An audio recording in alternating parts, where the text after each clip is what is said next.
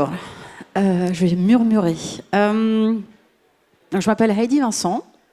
Je co-dirige une agence qui s'appelle Les Rennes, qui est basée à Rennes.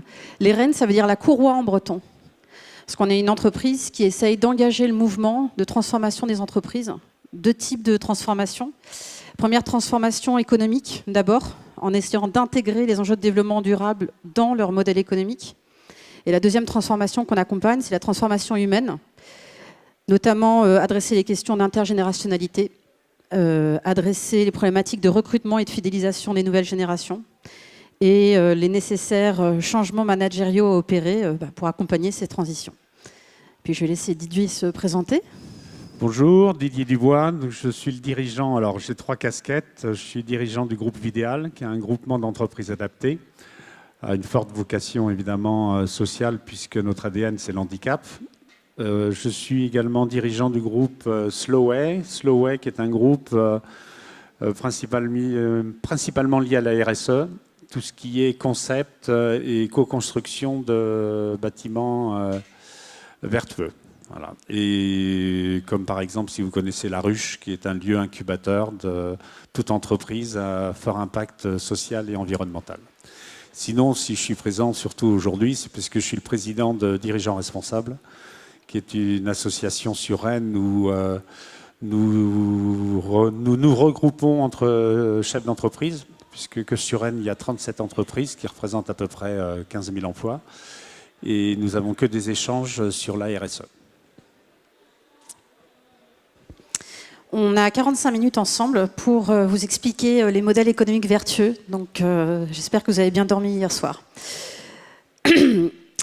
On va faire un petit panorama de la situation aujourd'hui pour comprendre pourquoi on parle d'entrepreneuriat vertueux aujourd'hui. On a tous, individuellement, collectivement, un rôle à jouer dans ces transformations, parce que ça nécessite une transformation. On a parlé de transformation digitale, mais c'est avant tout maintenant une transformation humaine à opérer. Les entreprises ont un rôle à jouer aux côtés des institutions, des associations, des personnes, pour opérer cette redirection. Certains parlent de bifurcation dans le domaine public. Alors, quelques données pour rappel, pour certains. Je ne sais pas si ça vous parle, ce schéma-là. On parle des limites planétaires. Et beaucoup commencent à parler de frontières planétaires, parce qu'on les a un peu dépassées. En 2009, il y a un groupe de 29 scientifiques du Stockholm Resilience Center qui ont identifié un outil qui permettait d'identifier les processus qui régulent la stabilité et la résilience de notre système Terre. C'est sorti en 2009, il y avait 3 limites parmi 9 qui avaient été dépassées. En septembre cette année, la 6e limite a été dépassée, à savoir le cycle de l'eau douce. Alors c'est quoi ces limites ? En fait, ça répond à la question jusqu'à quelle limite notre système Terre est capable d'absorber les pressions exercées par l'être humain sans compromettre ses conditions de vie. Donc on parle de modèle économique aujourd'hui, mais d'abord on va parler de conditions de vie. Alors ces limites, elles sont interdépendantes. Une modification, un trouble à une limite va impacter une autre. Et la résilience d'une limite peut impacter aussi l'autre. C'est ça qui est plutôt positif. Donc je vous la fais courte, on va dire. En tout cas, il y a une situation de crise actuellement. Vous le savez. Si l'on regarde, on nous parle beaucoup du climat.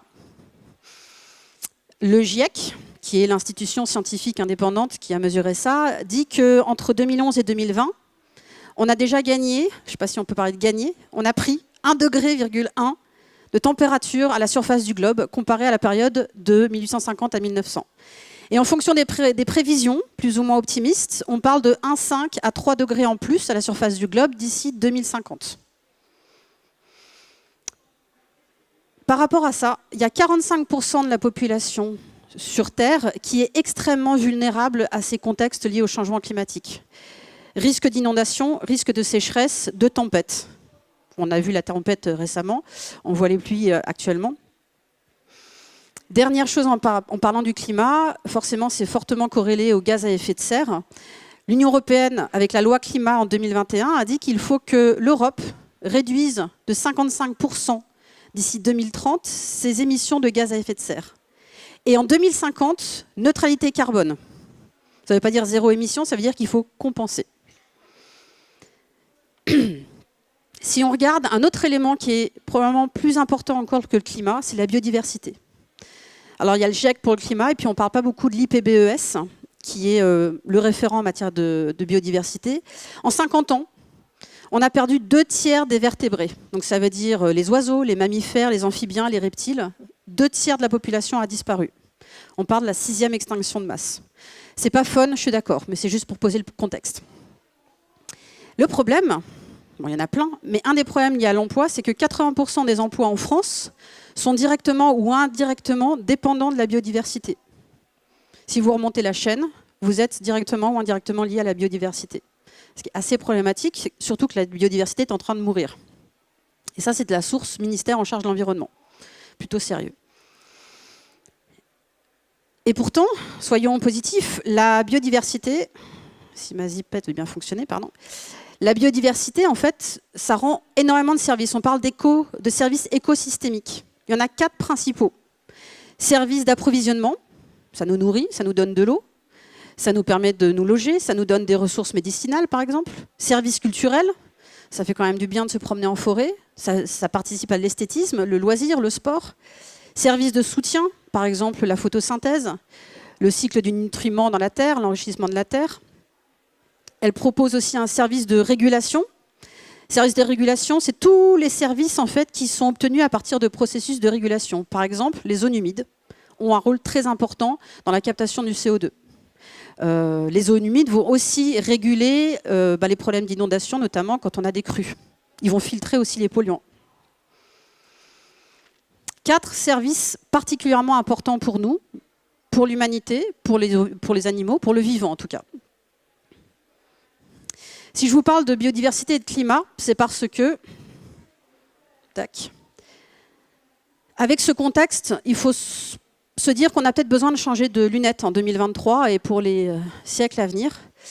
Pendant longtemps, et surtout au démarrage de la RSE, on a mis au même niveau économie, environnement et société. On a parlé de soutenabilité faible, en fait.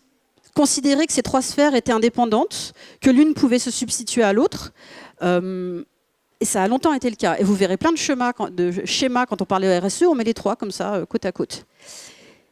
L'idée, avec le modèle d'économie vertueuse, le modèle d'entreprise vertueuse, c'est de changer de paradigme en se disant finalement que l'environnement est la condition à tout. S'il n'y a pas d'environnement, il n'y a pas d'humanité. S'il n'y a pas d'humanité, il n'y a pas de société.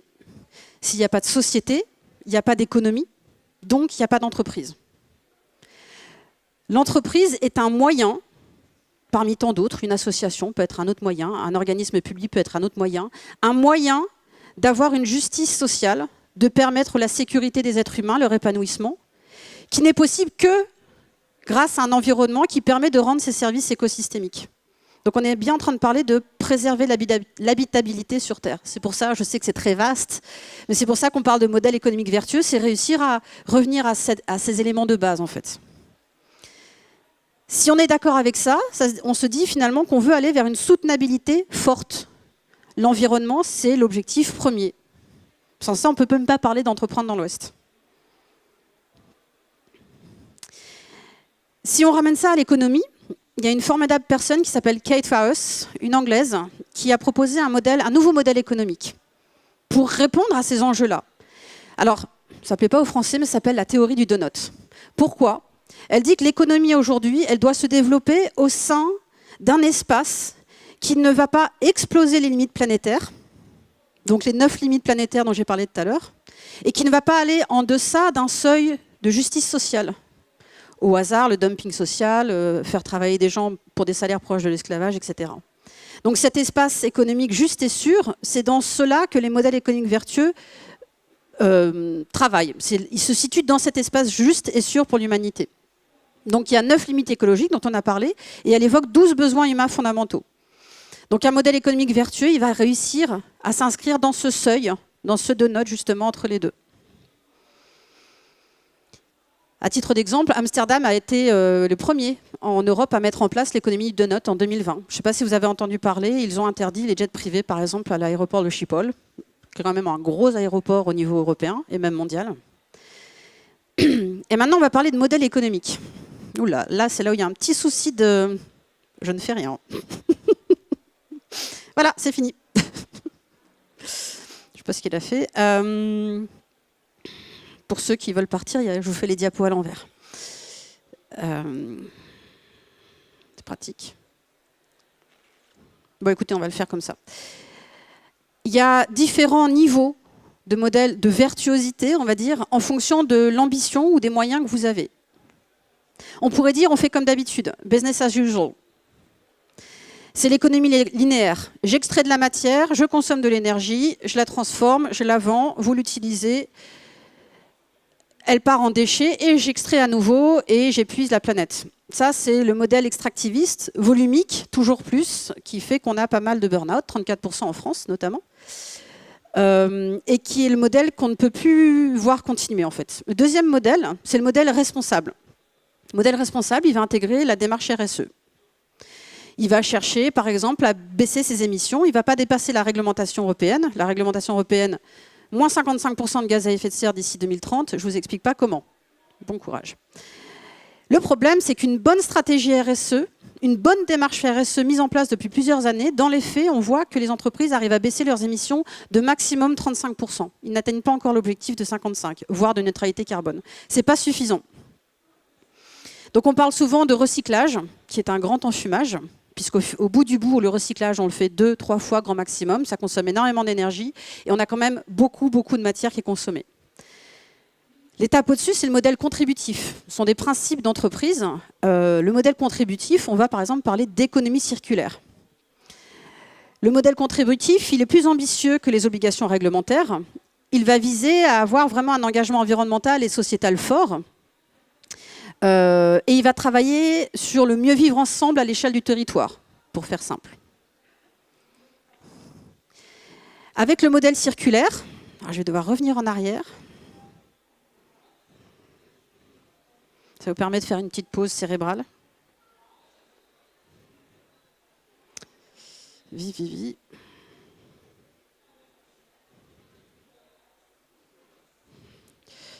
Ça, ce sera juste après, c'est pour ça qu'on le montre avant. Voilà. Avec le modèle d'économie circulaire, on va opérer sur toute la chaîne de valeur. L'extraction, on va extraire moins, on va faire attention aux produisants sur de la sobriété énergétique, on va réparer, on va recycler, on va faire de l'éco-conception. Ça, c'est l'économie circulaire.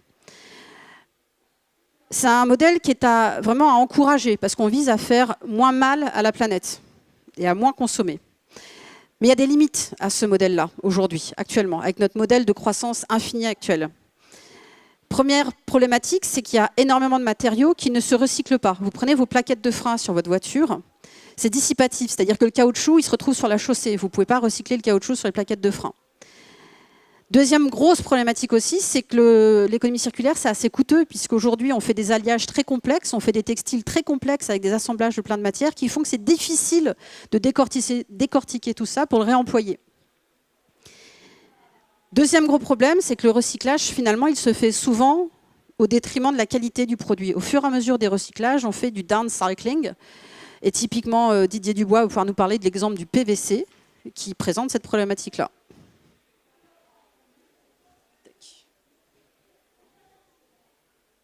J'ose pas appuyer trop fort.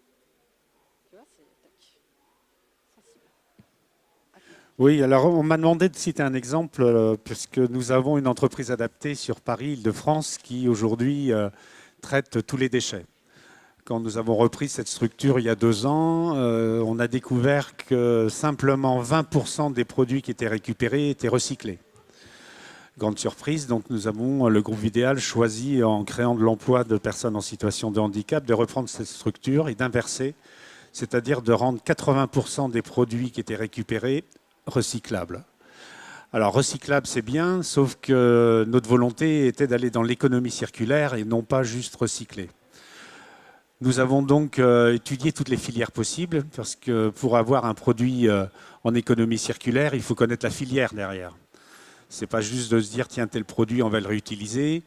Il faut déjà connaître la filière, connaître la qualité du produit, de façon à pouvoir le transformer et également le récupérer. Donc, nous, notre choix, nous avons 2 activités. Une qui est dans le D3E, qui est très connue, hein, tout ce qui est matériel informatique, électronique, où là, c'est beaucoup plus simple, puisqu'on va sur du réemploi, c'est-à-dire qu'on teste le matériel, soit il est réemployé, ou sinon, il est démantelé Et l'objectif est de récupérer évidemment tous les matériaux de valeur qu'on peut avoir sur le D3E. En revanche, où c'est plus compliqué, c'est dans les matériaux. Vous savez qu'aujourd'hui, dans le bâtiment, le but, puisque nous, c'est notre objectif, comme on travaille avec Slowway, c'est de se dire qu'il y a deux parties importantes qu'il faut protéger. Un, c'est notre planète, nos ressources. Donc arrêtons de puiser nos ressources. Et de deux, quel impact ça peut avoir sur notre environnement, qui est le carbone. Donc ces deux axes sont forcément très difficiles à traiter. Et conjointement, on doit réussir. Donc, ce qui nous a aidé, c'est l'AREPMB, si vous connaissez, c'est la responsabilité étendue du producteur du bâtiment, où toutes les entreprises du bâtiment, aujourd'hui, sont obligées de prouver, de montrer ce qu'ils font des matériaux qu'ils récupèrent lorsqu'ils détruisent un bâtiment ou lorsqu'ils changent des parties du bâtiment. Alors nous, on a découvert qu'on avait un gros souci sur le PVC. Le PVC, c'est une matière qui n'est pas facile à traiter. Il y a du PVC, je vais prendre l'exemple, tout ce qui est les conduits, par exemple PVC, c'est un PVC qui ne peut pas être ni recyclé ni rien, quoi. On ne peut rien en faire. En revanche, il y a du PVC, ne serait-ce que dans les ouvertures de fenêtres, qui lui, en revanche, peut être retraité. Donc on a attendu qu'il y ait une filière qui puisse être créée, et pour ça, il faut que les fabricants participent. Et c'est là l'intérêt de cette nouvelle réglementation. C'est que tous ceux qui fabriquaient des fenêtres PVC se sont dit, si on veut régler le problème, il faut aussi qu'on aille en amont savoir qu'est-ce qu'on peut faire avec du matériel recyclé. Donc, ils ont traité aujourd'hui une possibilité, c'est dans le PVC, c'est que si on récupère toutes les fenêtres, si on trouve une entreprise qui est d'accord, déjà, il faut récupérer, ça veut dire qu'il faut enlever le verre, il faut enlever le caoutchouc, il faut découper, il faut faire une pré-découpe.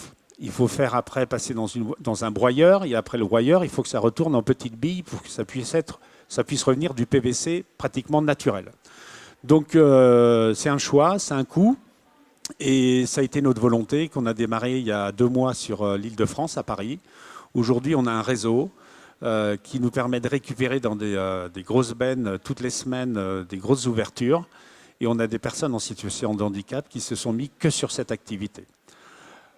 L'avantage également, c'est qu'on a trouvé aujourd'hui une entreprise sur Lyon qui récupère ce PVC, qui ensuite, en accord avec les fabricants, évidemment, une fois qu'ils ont remis le PVC qui peut être réexploité, aujourd'hui, on peut faire des fenêtres où le PVC recyclé est à l'intérieur, et en revanche, on ne peut pas changer le PVC qui est à l'extérieur, qui est naturel, qui, lui, ne peut pas... Jusqu'ici, on n'a pas la solution pour compenser. Mais c'est déjà la moitié qui est réalisée. Et donc, on démarre depuis quelques mois, et ce qui n'existait pas comme filière. Aujourd'hui, on a un objectif de 500 tonnes qu'on avait prévu, et on va certainement dépasser les 1000 tonnes la première année. Pourquoi ? Simplement parce qu'on a découvert, avec des structures comme Veolia, pour ne pas les citer, eux récupéraient le PVC, mais ils ne savaient pas ce qu'il fallait en faire. Donc, on s'est retrouvé finalement aussi bien pour des entreprises du bâtiment qui doivent justifier ce qu'ils font du PVC, on le récupère, que maintenant, on commence à avoir des zones comme Veolia et d'autres, de Richebourg, qui finalement avaient du PVC, mais ne savaient pas trop ce qu'ils pouvaient en faire. Donc c'est une solution parmi d'autres qu'on découvre dans d'autres matériaux qu'il faut continuer à faire, puisque le fer, on sait le faire. Le verre, par exemple, aujourd'hui, on le remet aux fabricants de verre. Il n'y en a pas beaucoup, pas besoin de le citer. Mais bon, l'objectif, évidemment, c'est que tout ce qu'on va récupérer puisse être entièrement repartir, mais dans l'économie circulaire, c'est-à-dire dans ce qu'on appelle, enfin, moi, je cite toujours le cradle to cradle. Le cradle to cradle, c'est du berceau au berceau, c'est-à-dire que c'est des matériaux qu'on récupère, qu'on peut modifier, réadapter et qui retournent à son utilisation première. Voilà. Donc aujourd'hui, il y a d'autres matériaux où on travaille et qu'on espère pouvoir aller dans l'économie circulaire et arrêter de puiser dans nos ressources pour refaire de la matière première. Dernière limite avec l'économie circulaire, c'est si on garde le niveau de croissance actuel. Je vais vous donner l'exemple du secteur du numérique. La quantité de terminaux numériques a triplé entre 2010 et 2025 à l'échelle mondiale. Et dans tout équipement numérique, vous avez du cuivre. Dans le meilleur des cas, le cuivre, on peut le recycler à 60%. Donc un magnifique tableau avec des très beaux dégradés de couleurs pour vous montrer finalement que on recycle le cuivre à 60%. Ok. Le cuivre qu'on injecte en année 1, on le récupère 40 ans plus tard. On appelle ça l'inertie dans l'économie. Ok. Donc imaginons que j'ai injecté en 1975 6 millions de tonnes de cuivre. Je peux en recycler que 60%. En 2015, la demande, elle est de 16 millions. Je dois encore en extraire 12 pour couvrir la demande. Donc l'économie circulaire, c'est bien à ISO consommation, mais avec un taux de croissance que l'on a notamment dans le numérique, c'est pas tenable. Ça fonctionne pas. Donc c'est à encourager, mais c'est pas suffisant.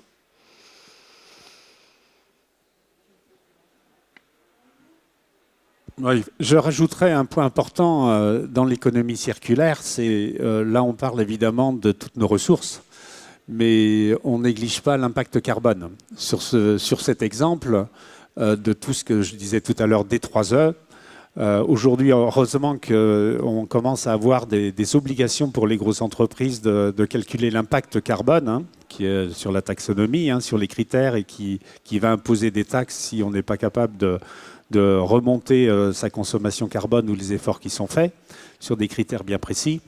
Je peux vous citer un exemple, c'est que jusqu'ici, dans le D3E, donc ce genre de matériel informatique, cuivre, etc., les grosses entreprises sont obligés aujourd'hui de prouver qu'ils peuvent donner une seconde vie.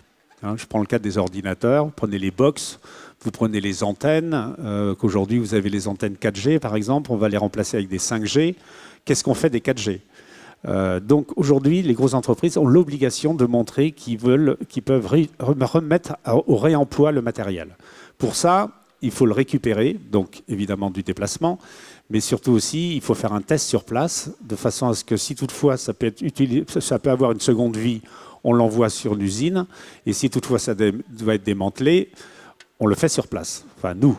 Jusqu'ici, comment ça se passait ? C'est que la majorité de toutes parties informatiques, antennes que je connais, les grosses entreprises, quand ça arrivait, faisaient partir en Espagne ou dans l'Est le tri, parce que la main-d'œuvre est moins chère, pour après remettre dans leur entreprise qui pouvait être en Hollande ou ailleurs.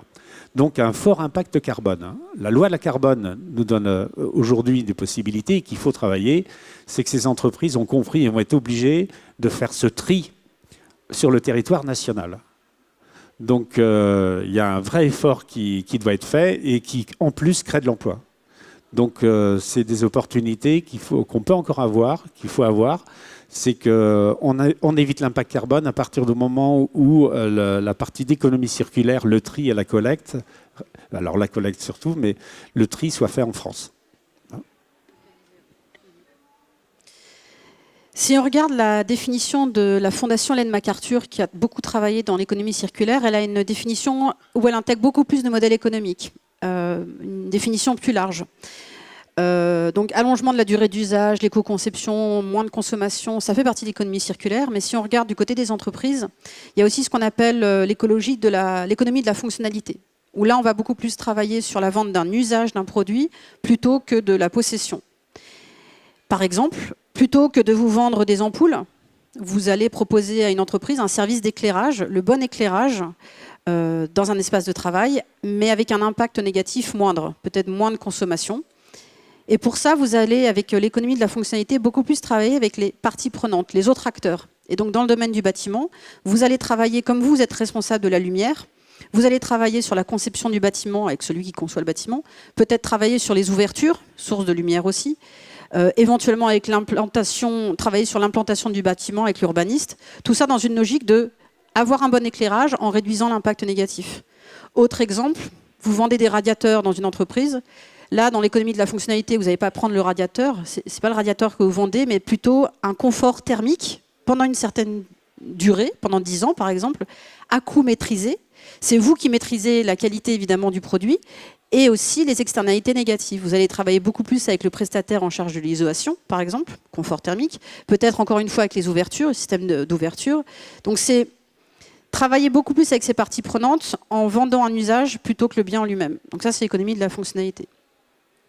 Et l'écologie industrielle et territoriale, ça revient à faire de l'économie circulaire à l'échelle d'un territoire. Typiquement, ça va être une usine de traitement des déchets qui va générer de la chaleur en traitant les déchets. Et cette chaleur, elle va pouvoir être utilisée par un agriculteur qui est juste à côté pour chauffer ses serres, par exemple.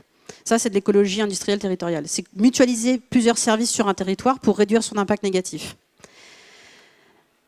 Alors, ces autres modèles, ils ont malheureusement, même si on doit les encourager parce qu'ils réduisent l'impact négatif, ils ont des limites aussi. Ils sont encore sur le maintien d'une quête de croissance indéfinie. Ces modèles, pour qu'ils fonctionnent, il faut quand même qu'ils continuent à vendre toujours plus. La deuxième problématique de ces modèles-là aussi, c'est que quand vous travaillez avec des parties prenantes, vous êtes sur un modèle ouvert, vous êtes dépendant, très très dépendant des autres. C'est important de travailler avec les parties prenantes, mais s'il y a un acteur de la filière qui tombe, tout le monde tombe, avec un effet domino. On l'a vu pendant le Covid, par exemple, que nos industries, nos entreprises sont très performantes. On travaille beaucoup la productivité. En revanche, la robustesse et la capacité, il y a eu un mot à la mode avec le Covid, c'est la résilience des entreprises. La robustesse, elle a été faible pendant ces moments-là, ça a été prouvé à cette époque-là. Et donc l'idée, c'est de faire en sorte de travailler, comme la nature le fait, un juste milieu entre la performance et la robustesse. D'autant plus qu'on va vers des contextes qui sont de plus en plus compliqués. On parle de l'acronyme VUCA, volatile, incertain, complexe à appréhender et ambigu. Et donc le dernier modèle qu'on vous propose, c'est l'économie régénérative. Alors, ça veut dire quoi? Je vais faire un focus un peu là-dessus. L'économie régénérative, son but, c'est certes de générer, de réduire ses impacts négatifs, comme le font les autres modèles qu'on a vus précédemment, mais c'est aussi de générer un impact positif. C'est quoi générer un impact positif? C'est restaurer des écosystèmes qui ont été détruits. Comme, par exemple, je vous ai parlé des services écosystémiques, c'est s'assurer que ces services écosystémiques ils continuent à être rendus. Et pour ça, il faut donner le potentiel aux vivants de se régénérer, de se restaurer. Donc on va réparer, on va restaurer, on va régénérer les conditions. C'est un mot qui est beaucoup employé en ce moment, à toutes les sauces. Et donc le régénératif, c'est quoi? Il n'y a que le vivant qui peut se régénérer. L'être humain, les animaux, la nature. La technologie ne peut pas être régénérative. On peut la réparer, mais elle ne se régénère pas. Quand vous coupez, votre peau, elle se régénère. Donc le vivant, c'est le seul élément que l'on peut régénérer. Le modèle économique régénératif, il va intégrer l'impact social.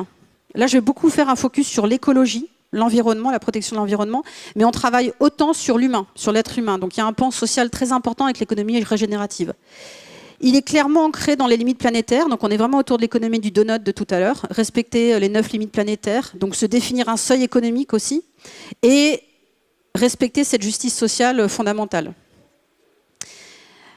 Ce qui est différent avec l'économie régénérative, contrairement aux autres modèles, c'est qu'on n'est plus que sur la performance, mais justement la robustesse. On voit qu'il y a des phénomènes de plus en plus fréquents, de plus en plus qu'on ne peut pas anticiper d'un point de vue climatique ou d'un terme de biodiversité, donc on doit travailler la robustesse. Je vais vous donner 2 exemples pour vous montrer finalement que la nature, elle s'adapte. Parfois, elle n'est pas performante pour être plus robuste. Elle est parfois sous-optimale. Exemple, notre corps, il est à peu près à 37 degrés en moyenne. Ça, c'est la température optimum de manière globale pour que le corps fonctionne bien. Sauf que dans notre corps, on a différentes protéines. Il y a des protéines qui fonctionnent de manière optimum, elles sont extrêmement performantes à 35 degrés. D'autres sont extrêmement performantes à 39. Ça veut dire qu'en 37, votre température normale, elle fonctionne, mais elles ne sont pas ultra performantes. Pourquoi?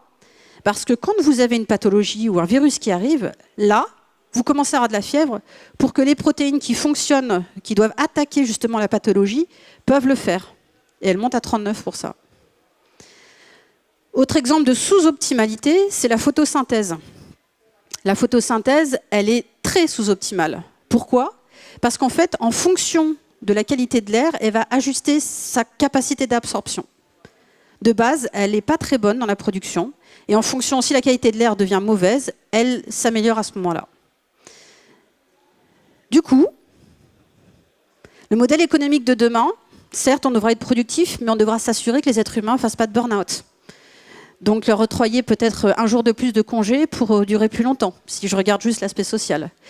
Si je regarde l'aspect environnemental, c'est justement intégrer cette restauration des écosystèmes pour avoir une vision à long terme.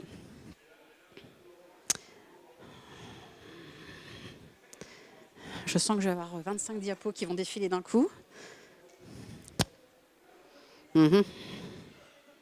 Ça, c'est des super animations de 1980.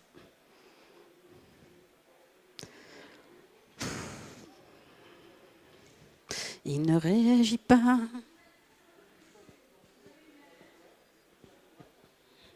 C'est des petites pauses pour faire réfléchir votre cerveau, pour se reposer aussi, c'est pas mal.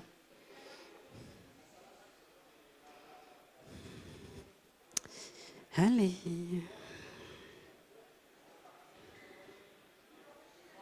Allez, donc. C'est bien, il prend son temps. Il y en a au moins un ici.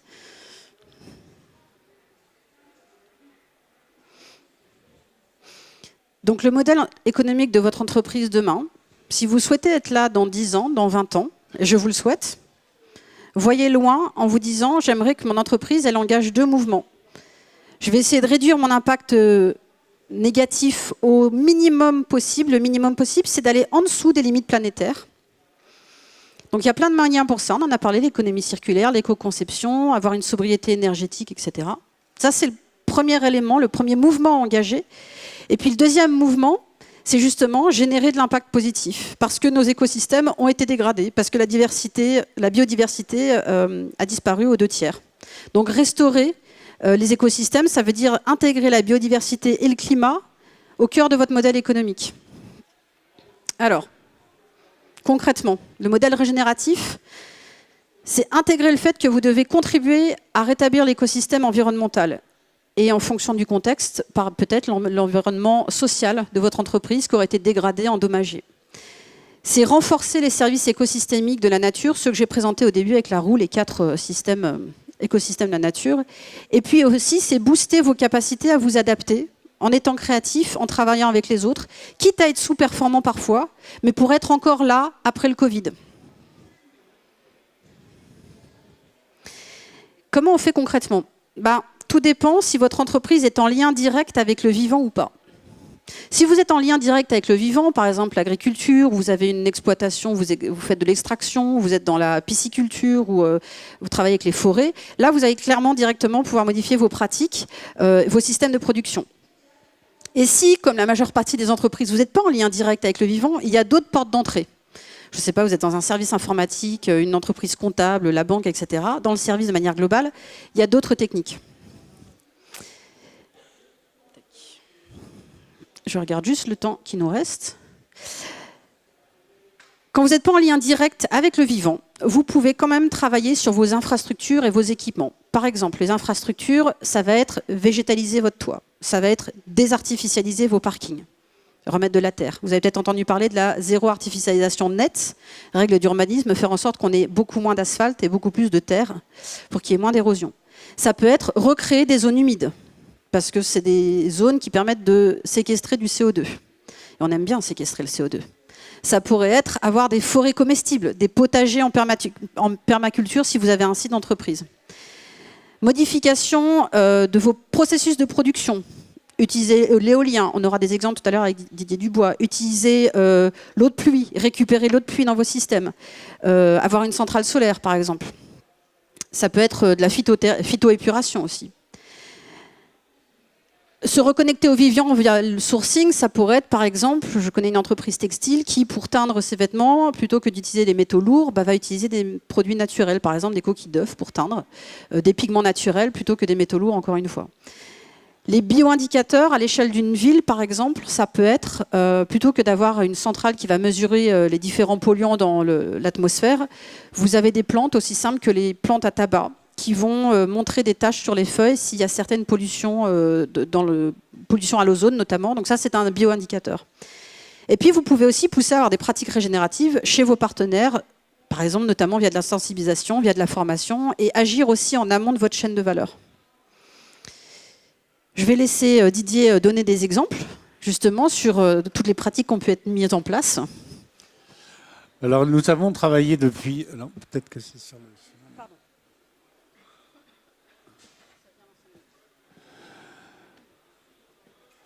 Donc avec le groupe Slowway, avec mon associé Fabrice, on a travaillé juste avant le Covid, malheureusement, puisque je pense que ça aurait déjà vu le jour, un lieu, un village presque une communauté où toutes les personnes sont sensibilisées sur les sujets qu'on aborde ce matin. Le premier était d'avoir un hôtel, puisque Vidéal a déjà un hôtel où nous avons un statut entreprise adapté, c'est-à-dire que plus de 75% sont des personnes en situation de handicap. Nous utilisons que des produits qui viennent de l'handicap, de l'insertion ou locaux, les services également. Et l'idée de démarrage était de se dire on peut faire un hôtel et prioritairement pour nous sur Rennes, parce que c'était aussi une image. Mais puis, au lieu de rester simplement dans les valeurs sociales qu'on parlait tout à l'heure, avec une gouvernance partagée, qui est important, hein, ça peut être aujourd'hui des intermédiaires. Vous avez des coopératives, mais vous avez des CIC, des SKIC, hein, plus précisément, qui sont un peu l'intermédiaire, que l'association aussi, donc qui a un équilibre économique indispensable avec des partenaires. Aujourd'hui, c'était de faire le prix juste. D'avoir une clientèle professionnelle, donc c'était les challenges, hein. C'est le challenge toujours d'ailleurs, hein, puisqu'on a commencé. Les valeurs sociales, donc c'est ces 4 critères-là, avec les performances environnementales. Particularité de l'hôtel, on est sur un marché très concurrentiel et on voulait montrer aussi, outre le fait que des personnes en situation de handicap pouvaient travailler dans l'hôtellerie et le tourisme, c'est de montrer que sur un marché très concurrentiel, avec ces valeurs, on peut réussir. Donc on a déjà un hôtel à Landerneau depuis 7 ans. Et là, l'objectif, c'était d'aller plus loin sur un hôtel qui aujourd'hui fait pratiquement 90 chambres. Particularité, c'est qu'on voulait travailler, c'est la partie du bâtiment, le bâti. Et pour ça, on a travaillé évidemment c'est pour ça que je parlais de cradle to cradle, hein. Pour nous, l'objectif, c'est que ce soit la moquette, ce soit d'autres produits, ce soit des produits, on sait que si on l'utilise, au bout de 7 ans, ils sont changés pour redevenir de la moquette. Comme d'autres produits, difficile à trouver, mais on avance. Évidemment, c'est un bâtiment vertueux où, pour nous, c'était important également, quand on parlait tout à l'heure de protéger nos ressources, c'est que ce soit des matériaux qui puissent être réutilisables. Aujourd'hui, on en cherche encore, hein, on commence à parler du béton, du oxydant. Nous, ce qu'on cherchait, c'était du béton qui redevient du béton. On n'a pas encore trouvé toutes ces méthodes. En revanche, on sait que le bois, le fer, ça, ce sont des produits qui peuvent être réutilisés. Donc, il faut en amont penser à construire un bâtiment qui peut être démantelé, démonté et resservir sur sa base. Ce qu'on peut faire avec le fer, ce qu'on peut faire avec le bois, ce qu'on peut faire... Voilà. Donc, pensez à toutes ces choses-là. Et puis, évidemment, derrière, c'est la récupération d'eau, compliqué dans un hôtel, parce que l'eau, vous avez le droit, mais que dans les toilettes. Sinon, une douche, vous n'avez pas le droit de l'eau récupérer. Donc, il faut la filtrer. Donc, il y a 6-7 ans, c'était des sujets qui étaient difficiles à traiter. Ce qu'on commence à traiter aujourd'hui, on le verra, je pense que la conférence de ce soir nous montrera qu'il y a des progrès qui sont faits. Mais l'idée pour nous, surtout, sur la slide suivante, c'était que ce soit un lieu commun. Donc, ce lieu commun, c'est on a des bureaux, on a un restaurant, on a une crèche, on a un hôtel. Et là, on part du principe où zéro impact carbone. Déjà, il faut trouver les matériaux. Autonomie d'énergie. Ça veut dire photovoltaïque, chaudière bois, évidemment. Donc, pareil, impact carbone, si vous faites un bâtiment en bois et c'est du bois exotique, je ne vois pas trop l'impact carbone. Donc, c'est chercher un bois qui est local. Alors, pour ceux qui connaissent, il n'y a pas besoin d'aller chercher très loin. Vous avez du châtaignier qui est à Combourg. C'est un bois qui est fait du bardage, qui est naturel. Et là, pareil, si on fait du bois, si c'est pour mettre du produit dessus, de la teinte, ça n'a pas de sens. Alors que le châtaignier, c'est un bois qui, simplement en le brûlant, il est naturel, il fait autant de travail. Et il est local. Donc ça, c'est un exemple. Il y a plein de sujets comme ça qu'on a travaillé. Et le but pour nous, c'est que toutes les entreprises qui étaient sur ce lieu soient des entreprises qui soient engagées sur un fort impact environnemental et valeurs sociales, donc de la RSE. Hein. Et pour ça, c'était plus facile d'en faire une communauté, puisque là, on peut faire du produit, on peut partager tous les services. Donc, partager tous les services, ça veut déjà dire que chez nous, dans notre futur bâtiment, premier étage, c'est la ruche. La ruche, c'est-à-dire on partage les bureaux, on partage la cafétéria. Tout service qui peut être partagé est fait. Le parking est partagé, la mobilité est partagée entre les véhicules, entre la mise à disposition de vélos électriques. Tout ça doit être partagé et optimisé. L'hôtel utilise le parking la nuit. La journée, l'hôtel laisse son parking pour les bureaux. On a vraiment essayé de tout travailler. Et le principe également, surtout dans ce bâtiment, qui est plus qu'aux normes 2030, aujourd'hui, il n'y en a que 3 en France. Je te parle de cette hauteur sur un concept, puisqu'il n'a vraiment aucun impact carbone et ne laisse pas de déchets. La banque matériaux, dont je pense Fabrice parlera ce soir, nous, on y croit depuis 7 ans. C'est-à-dire qu'une banque qui va investir dans un bâtiment et qui sait que les matériaux vont redevenir à l'origine au bout de 10 ans ou 15 ans, les matériaux auront plus de valeur dans 15 ans qu'aujourd'hui. Donc on n'est pas perdant, on gagne de l'argent. Donc ça, c'est notre conviction. Et tout ce concept du bâtiment a été prévu comme ça. Alors on a trouvé malheureusement il y a 6 ans qu'un architecte à Paris qui pouvait le faire. On a essayé de le faire avec des architectes locaux. Mais bon, c'était pas encore... Enfin, il y a encore un grand manque de méconnaissance. Pareil pour les entreprises. Mais aujourd'hui, on voit que ça arrive. Et là, on est sur ce bâtiment également. Dans la continuité, c'est la biodiversité. Puisque ça va de soi qu'il faut que ce soit un bâtiment qui vive. Et pour qu'il vive, il faut qu'il ait un environnement avec toute la faune, l'arbre qui est nécessaire. Donc c'est un gros projet qu'on a travaillé il y a 6-7 ans. Le Covid nous a ralenti. Autre combat évidemment dans un projet comme celui-ci, c'est que vous arrivez déjà, il faut trouver les entreprises qui peuvent répondre, au cahier des charges également, le savoir-faire sans prendre de risques. Parce qu'évidemment, les banques, elles financent, mais elles veulent être sûres qu'on aboutisse. Et puis, la difficulté aussi, c'est que vous êtes sur des bâtiments qui coûtent 30% plus cher qu'un bâtiment classique.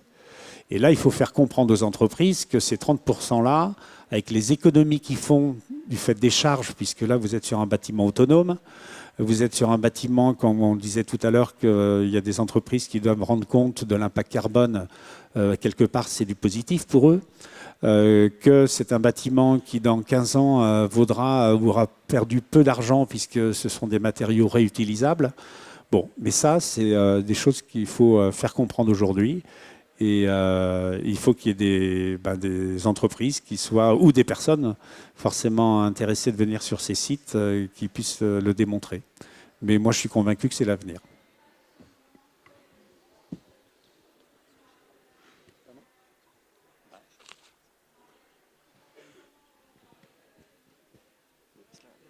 Je vois juste l'heure qui compte, qui tourne, donc on va essayer de faire plus vite. Juste vous expliquer que nous, on utilise une feuille de route, 11 principes, au même titre qu'avec l'ISO 26000 pour la RSE, vous avez 7 piliers. Le régénératif, on peut le conduire aussi avec des principes, en respectant certains principes.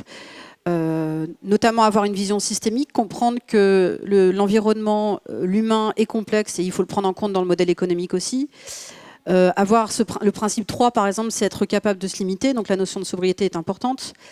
Principe 6, comprendre qu'il faut travailler à la fois la performance et la robustesse de son modèle, quitte à parfois être sous-optimal, etc. etc. Je vais vous montrer, est-ce que éventuellement tu veux prendre un exemple sur un de ces principes-là, comment ça a été mis en place chez vous, chez Vidéal? Alors, c'est vrai qu'on avait prévu dans notre timing qu'on pouvait tout expliquer. Il y a 3 exemples qui peuvent être vus. Je peux... alors, laquelle est la de préférence? Écosystème. Le local, tu en as un petit peu parlé déjà avec ton souhait du bâtiment avant. Tu peux parler de l'inclusion?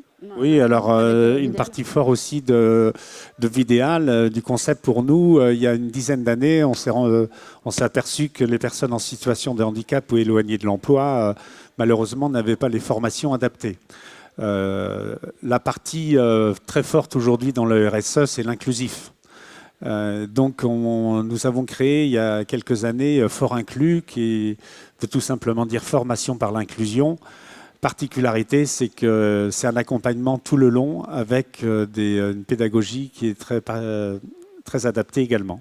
Donc le principe de Fort Inclus pour l'inclusion des personnes en situation de handicap ou très éloignées de l'emploi, c'est évidemment un accompagnement avec une pédagogie qui est adaptée pour les personnes, où on a un candidat, on a également une volonté de voir l'apprenant.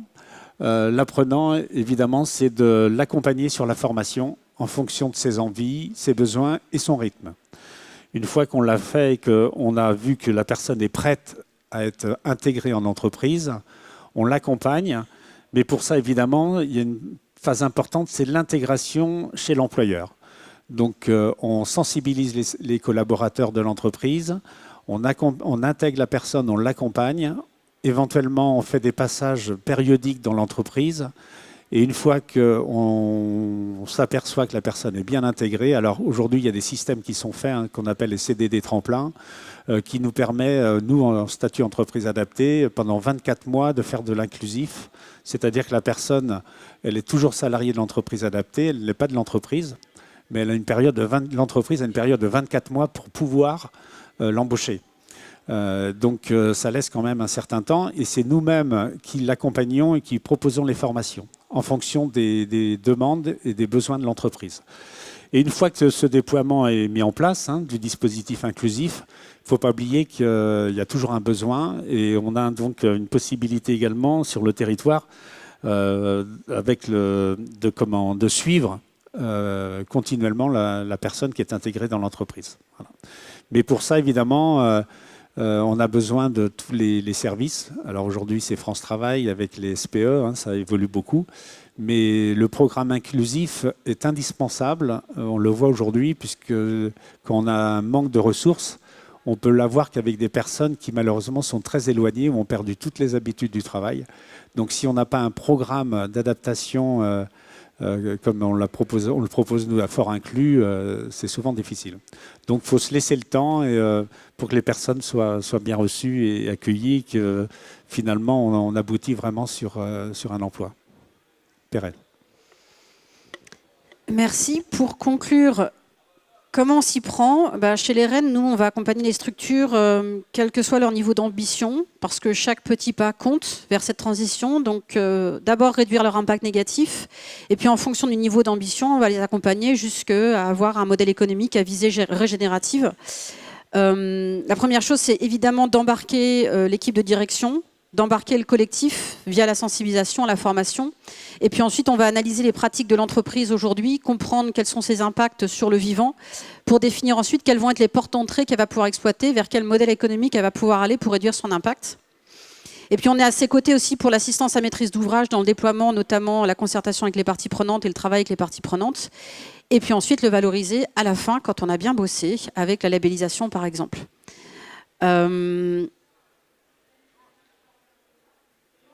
Pour conclure, j'espère que ça va vous permettre de réfléchir à quelle voie vous souhaitez prendre, à quel degré, quelle vitesse. C'est quelque chose qui s'inscrit dans le temps long.